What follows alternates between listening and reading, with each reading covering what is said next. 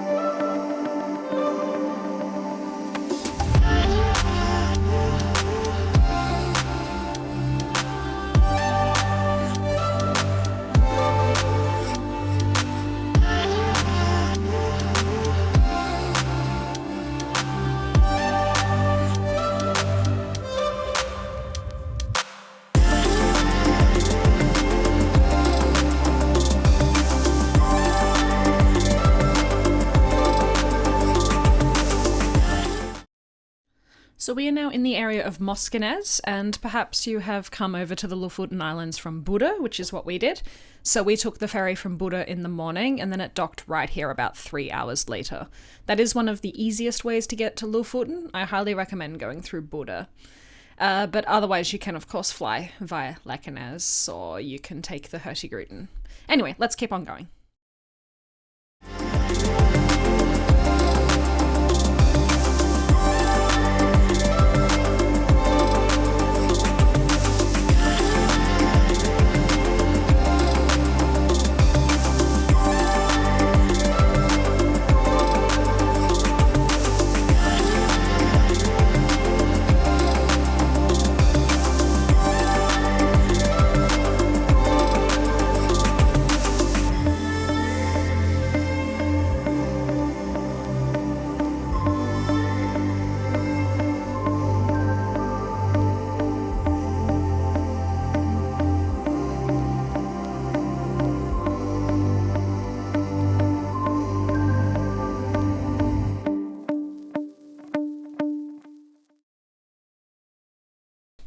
We are now coming up to the village of Reine, which is probably the one you have seen pictures of the most.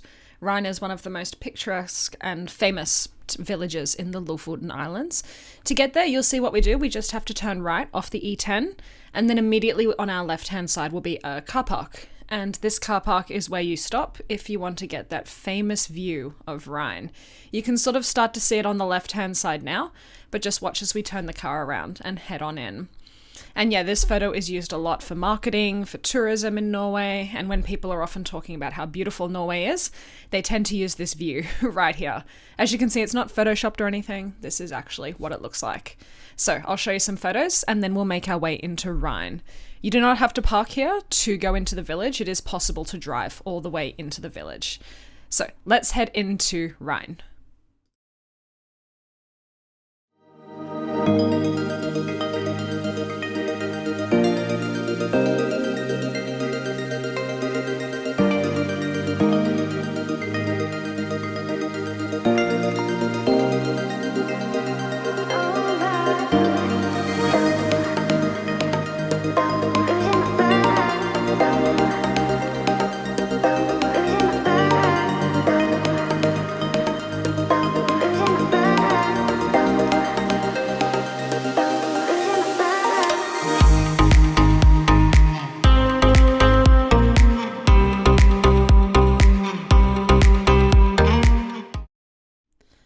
Reine has been a trading post since 1743, and it is an important centre for the fishing industry. Here you'll see a lot of the traditional cabins called råbuer, and they date back to the 18th century. These cabins were used by fishermen during the cod fishing season. Many people in Reine still make their living from the sea, and the prime fishing season is from January to April. That's when the cod is spawning just off the coast here. Now, one of the most famous mountains is over to our left-hand side. It's called Reinebringen, 448 metres high. It's nothing but stone stairs to get to the top. The stairs were made by Sherpas a few years ago. So we're just going to have a little rest stop here, and then we'll continue making our way towards Svolvær.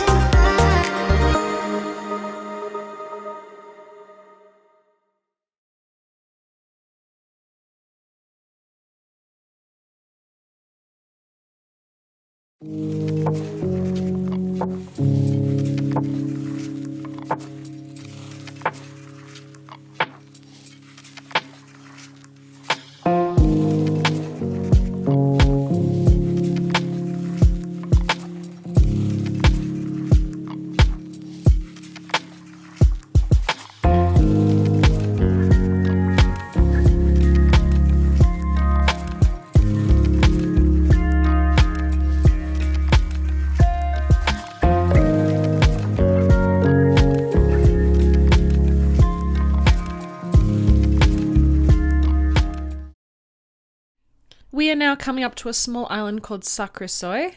So this is a really known historic island. It was owned by the Yosef family for over 130 years, and the family still operates a lot of the business on the island. So the first person who moved here, Sven, he ran a local shop, but was also a fish buyer. One of the historic fishing ships is on display on the island. So this is a really great alternative place to stay if you find Reine a little bit too overcrowded. Why not stay on an island owned by a whole family? It sounds like the dream. And you can see a lot of the old cabins, you can see the old manor house, the old gardens, the old shop. So they really have preserved everything. It's just incredible.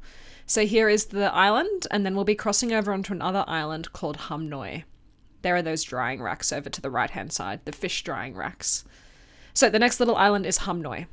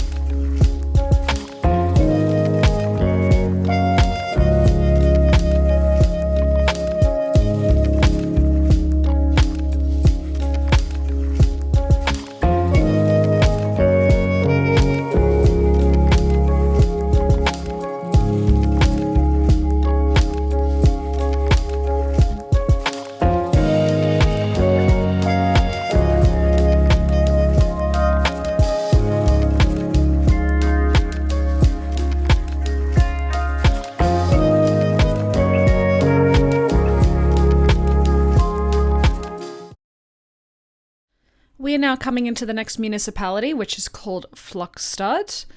Flakstad municipality. It is located on the northern part of the island Moskenes, and it also is the whole island of Flakstad. And the name comes from a farm. The coat of arms that you saw is a fastening device that's often used on boats. These tunnels that we're going through, these are to protect the road against falling rocks. I hope you're enjoying the drive so far. Let's keep going.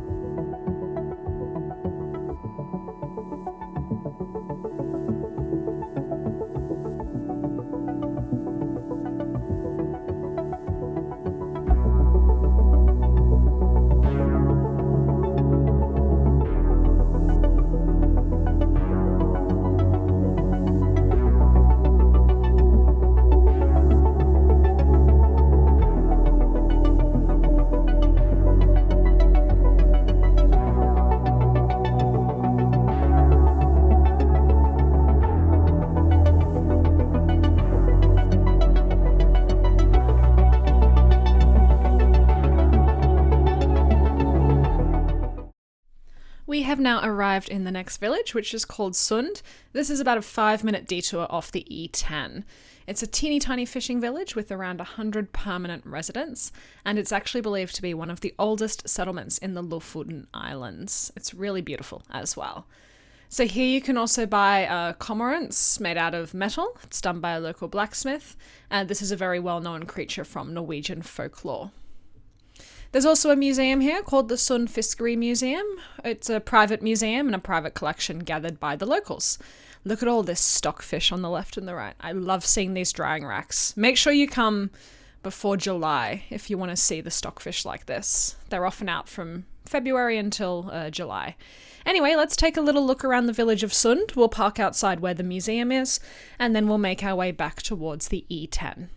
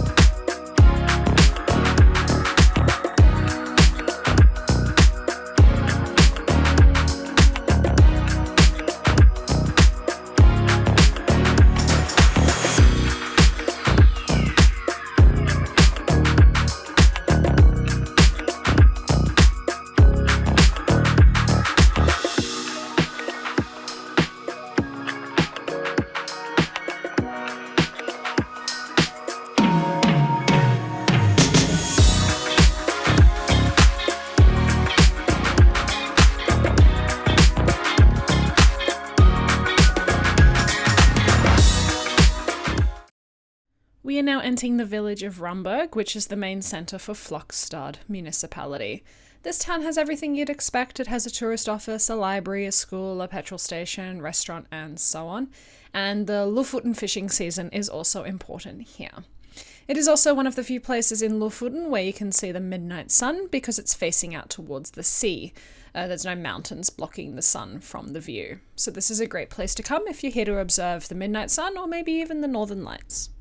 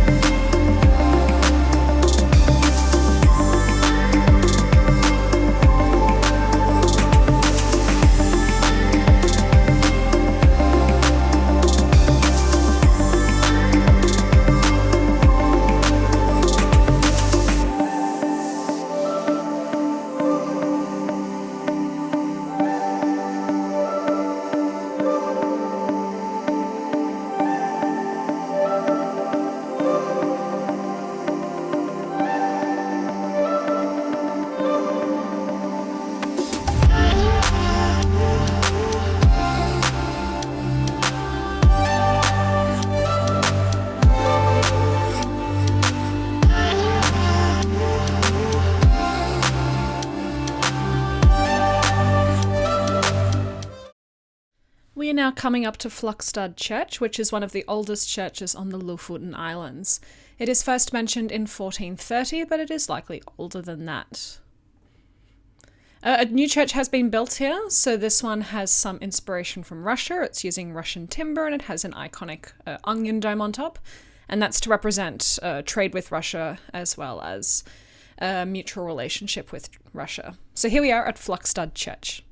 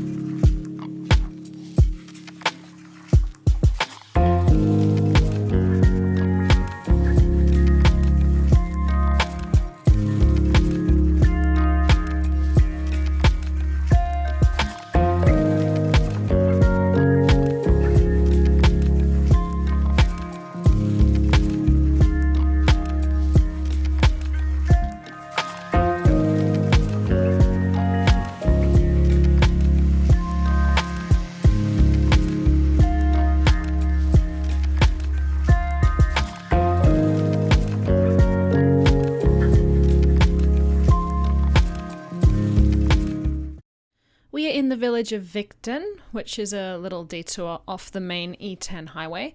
This area is known for its white sandy beach, which we can start to see out to the left-hand side.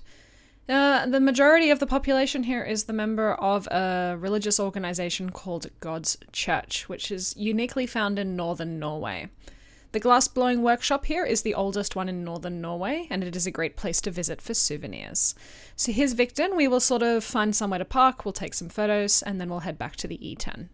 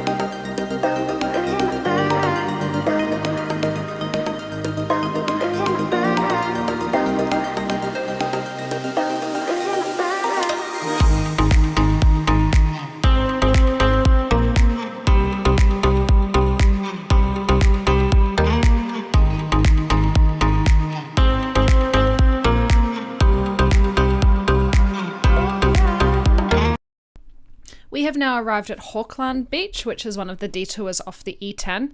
So this village is tiny, but it's really famous for its beach, which is considered one of the most beautiful beaches in Norway. When we arrived, though, you'll see it's just completely crazy, and this is the reality of coming to Lofoten in summer. We couldn't even find a park, so I had to sort of stop in the middle and just run out and take some photos and then leave. So it gets really, really busy here. We were here on a Sunday, and as you can see, the weather is beautiful. So just beware if you are coming to Lofoten in summer. Be prepared for queues, be prepared for no parking spots, and yeah.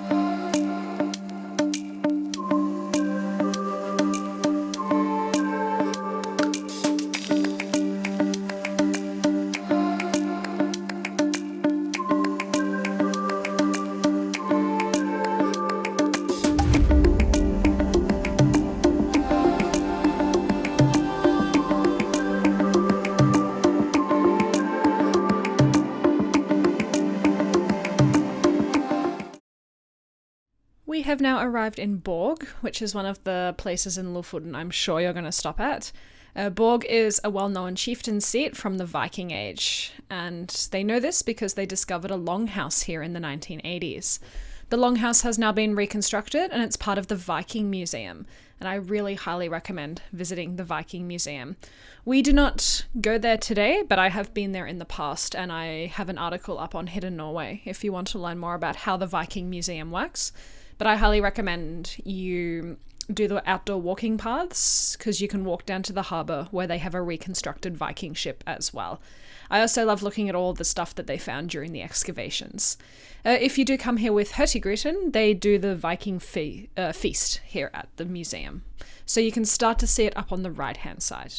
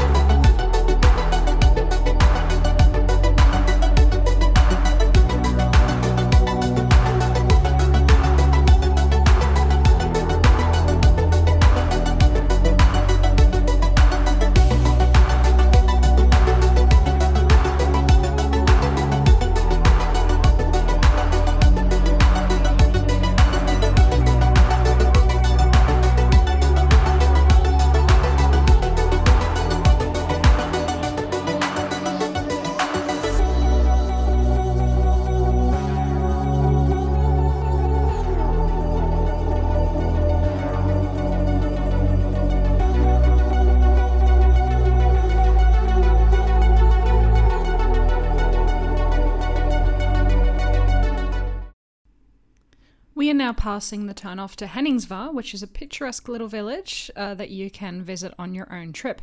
It is known for its soccer fields, but it also has some beautiful warehouses and cafes. You can also find some nice shops, and there's also Gallery Lofoten's House, which is a museum and gallery. I highly recommend taking the detour to Henningsvær.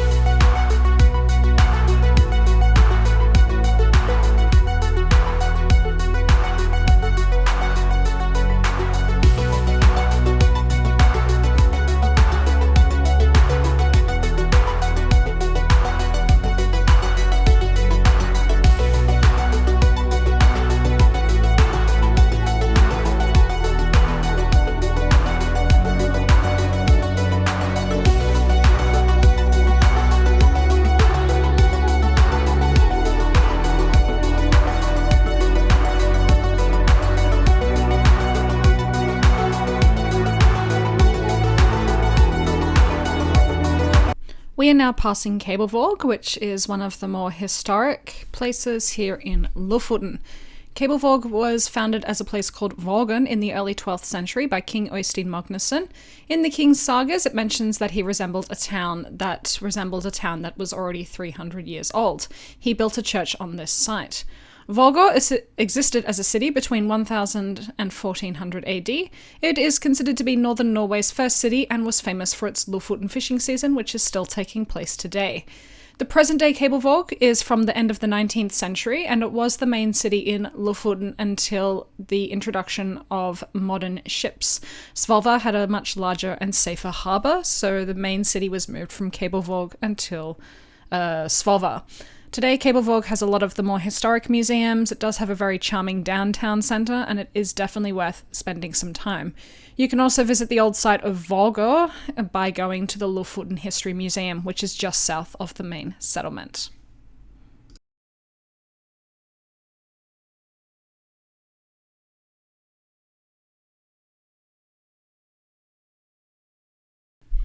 We're now going to be passing Vågon Church, which is often nicknamed the Lofoten Cathedral.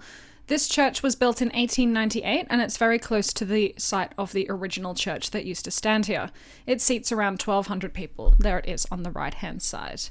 So yeah, the original church probably stood about 200 metres west of the present site. However, it was too small in the late 1800s, so it was torn down to make way for the new church. If you want to take some photos of the new church, you can just park in front of it, and there is heaps of space to take photos. Now on to our last stop for part 1 of the Lofoten Drive, which will take us into Svolvær.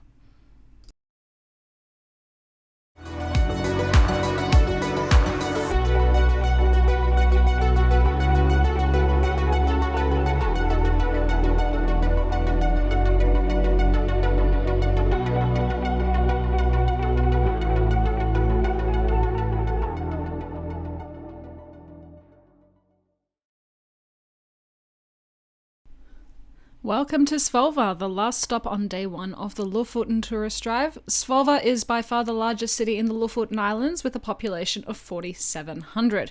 While it is an old settlement, most of the town does date back to the early 20th century. The Lofoten fishing season has been taking place here for thousands of years, and even today the cod fisheries are still important in Svolvær.